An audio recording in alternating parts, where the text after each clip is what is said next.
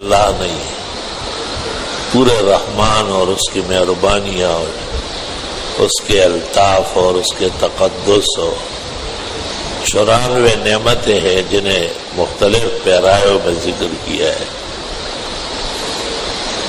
4 دعوے سورت کے، الرحمن علم القرآن خلق الانسان علمہ البیان، 4 دعووں کو 94 نعمتوں پہ تقسیم کیا ہے،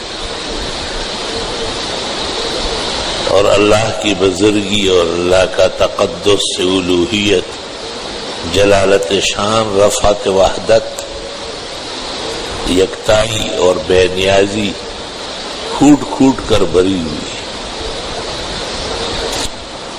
سورت کے پڑھنے سے بہت ساری حاجات خود بخود پوری ہوتی ہے، اور بہت سارے نامناسب چیزوں سے جان چھوٹ جاتی ہے۔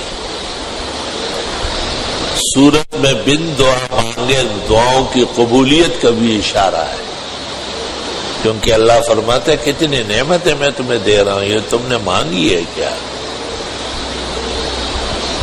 مانگنے والے تو بہت ہیں، آسمان و زمین کے سب خلقتیں مجھ سے مانگتی ہیں، لیکن تمہیں کتنی بڑی بڑی نعمتیں، حسنات، توفیق، ہمت، مردانگی، بڑے بڑے کاموں کے لیے استقلال، مطلوبہ جوان مردی،